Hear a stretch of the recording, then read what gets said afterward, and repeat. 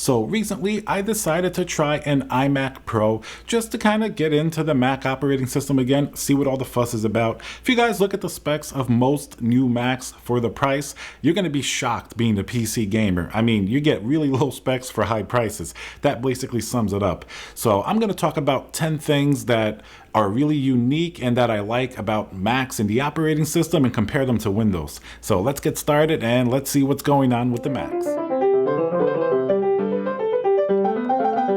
Hey guys, Tiago Classical Technology here. Remember to subscribe, like, comment below, follow me on Instagram at Classical Tech. I post a lot of really cool water-cooled builds, no pun intended. All right, so let's talk about the Mac, specifically the iMac Pro. This came out at the end of 2017 in order to appease Apple's Pro customers, because after the 2013 Mac Pro, the little trash can Mac, as you guys may have seen it before, Apple really ignored the professional content creators and their professional base. People are known to use Macs for video editing, photos, music, a lot of creative stuff. A lot of people jump to PCs. In fact, back in the day, I used to be a Mac user myself, but as Windows got better and better and I got into PC gaming and building water-cooled rigs, I made the switch. So I decided to check out this iMac Pro. This is going to be the 2017 iMac Pro. It has an 8-core Xeon workstation class CPU, 32 gigs of RAM, a Vega 56, and a 1 terabyte solid state drive. It's actually, I believe, 2 drives in RAID 0, both 500 gigs, giving you 1 terabyte, really fast speed. And of course, it's running the newest version of Mac OS.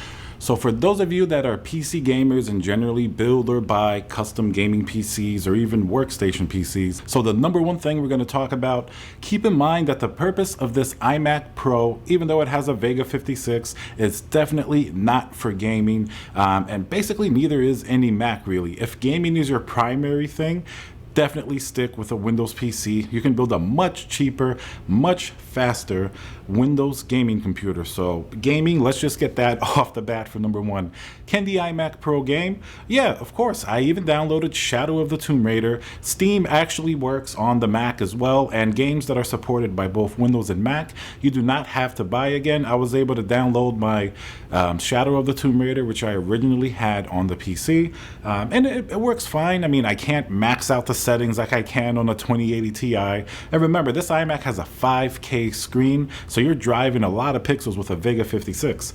Now, if you set the settings maybe to low or medium, you could definitely play pretty smoothly, especially at this high resolution. But once again, I definitely would not recommend a Mac for gaming. The number 2 point that you guys will find going into Macs, even something like this iMac Pro, the specs are going to throw you for a loop in accordance with their price. And what I mean about this is, basically, if you're looking to build a gaming rig, you're going to look at your 9900K, a Threadripper processor, or whatever it is. Get a 2080 Ti, whatever you want, you can get it.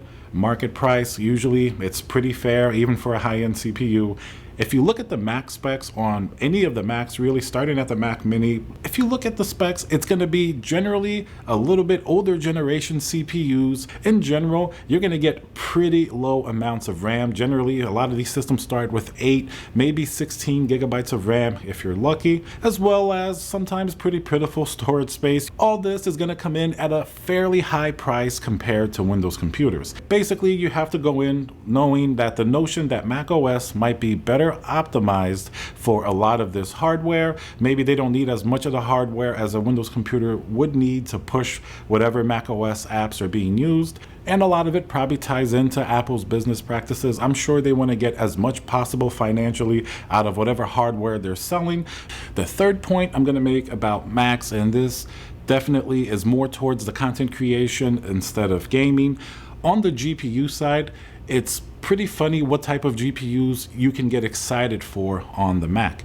For example, to many Macs with Thunderbolt 3, you can add an external eGPU just because like a Mac Mini, for example, just doesn't have the horsepower to be able to power through something like Final Cut Pro or DaVinci Resolve with the integrated graphics. Now, something like the iMac Pro, which has a Vega 56, actually does pretty good. Final Cut Pro is pretty smooth, DaVinci Resolve. You can also connect an eGPU to it. Even on the newer Mac Pro, it comes with a base 580X, which is is the AMD 580 card, which you can get for under $200 on PC. It is nothing like on the PC side where we have 2080 Ti's and Titan cards. There really is very little to get excited about in terms of GPU hardware on Macs, and GPUs drive a lot of important things aside from gaming and content creation, primarily in video editing and Final Cut Pro, DaVinci Resolve, things of that nature.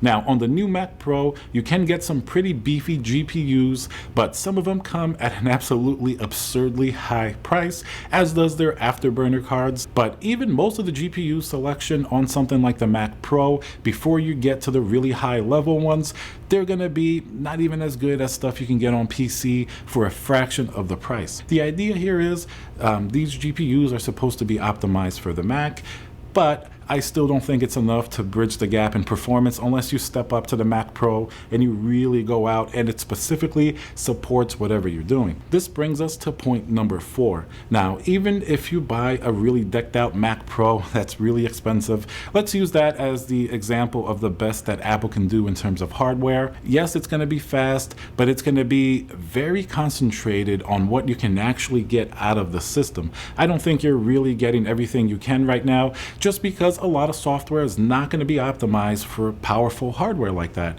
And that's something that Windows does do better at. A lot of these pro level apps are definitely slowly over the years been optimized better and better for Windows, just because the Mac basically disappeared from the pro level market for the last 6 years. So take something like the Mac Pro, even then Final Cut, Premiere Pro, DaVinci Resolve, a lot of the hardware that you get in there that's really expensive, such as that afterburner card, you really can't take advantage of it unless you're going to be using something very specific like ProRes, something that it specifically has been optimized already. Unless you have a very specific use case that you know a program can really take advantage of what the Mac Pro can offer, then yes, then you can get amazing speed if it's really niche, really concentrated. So let's talk about number 5, and this is where we get into almost the custom Mac type world.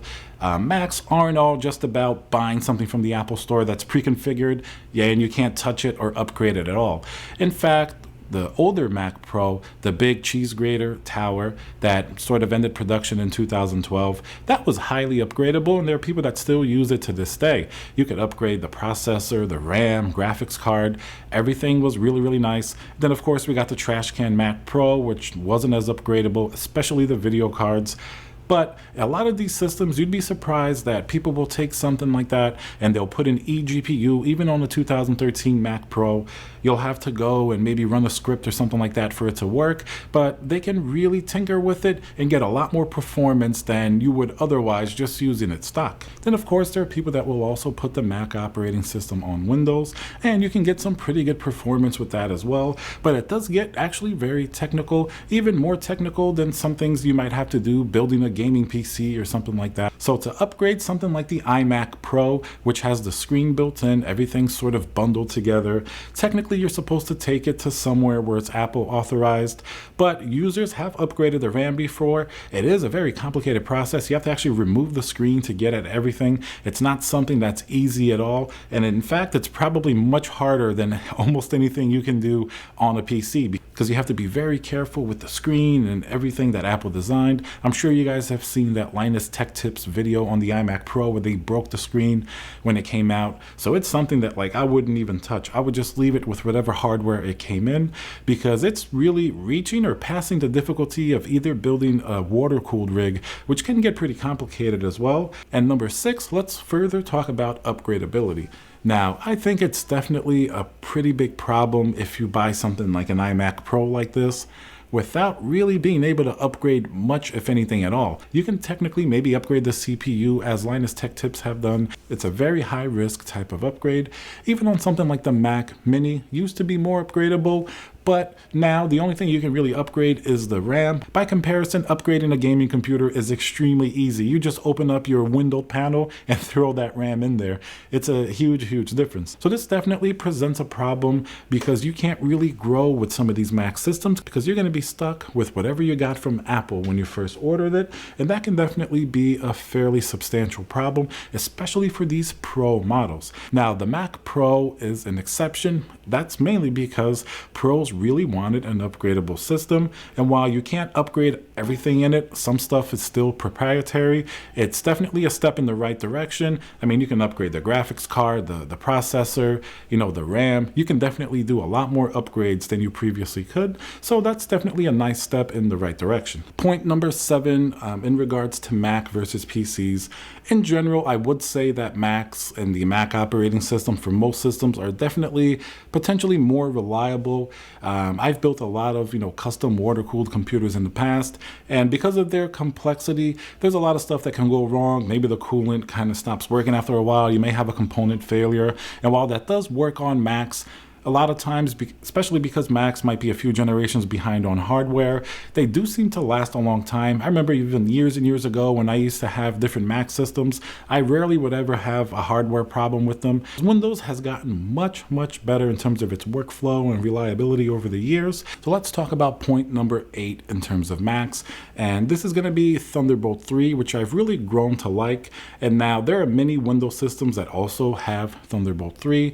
Some laptops have Thunderbolt 3. For example, the Main Gear Element that I reviewed in my Windows laptop that I use, fantastic laptop, that has Thunderbolt 3, as well as some specific motherboards do have Thunderbolt 3, but in general, it's not on every single motherboard. And it also gives you the ability of connecting an eGPU. I've done so on my iMac Pro, even though it has a Vega 56 and it performs pretty well in video editing and things of that nature. Adding that eGPU allows me to use multiple GPUs, which can come in handy when video editing because a lot of software takes advantage of that now, including Final Cut Pro, like if you denoise some video image or something like that. Number 9 is going to be with the iMac Pro specifically. I really like having an integrated screen, hardware, everything's in there. It makes such for an easy, uncluttered setup. And while usually I'm the type of guy, I love huge gaming computers with water cooling and everything like that, with a nice big ultra wide monitor, but that takes up a lot of space, and I have one next to my iMac Pro. Of course, I'm always going to keep Windows. The iMac Pro is mostly for me to tinker and do some video editing on, and it definitely helps you have a more streamlined workflow on your desk. You're really just dealing with the screen, you turn it on and that's it. And then the 10th note that I'm going to mention, once again, kind of has to do with the monitor side.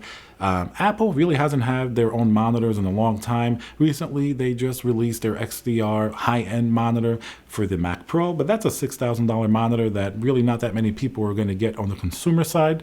They used to have more affordable monitors that worked great with their Macs. And I remember when I was messing around with even the 2013 Mac Pro and different things like that, it was always a bit of a challenge getting the monitor just to have the proper refresh rate, the proper resolution. You don't know if you have to use HDMI or if you have to use the mini display port. Sometimes you need a specific type of monitor. There are Thunderbolt 3 monitors too that Apple uses. So on the monitor side, it actually can get a little bit more complex.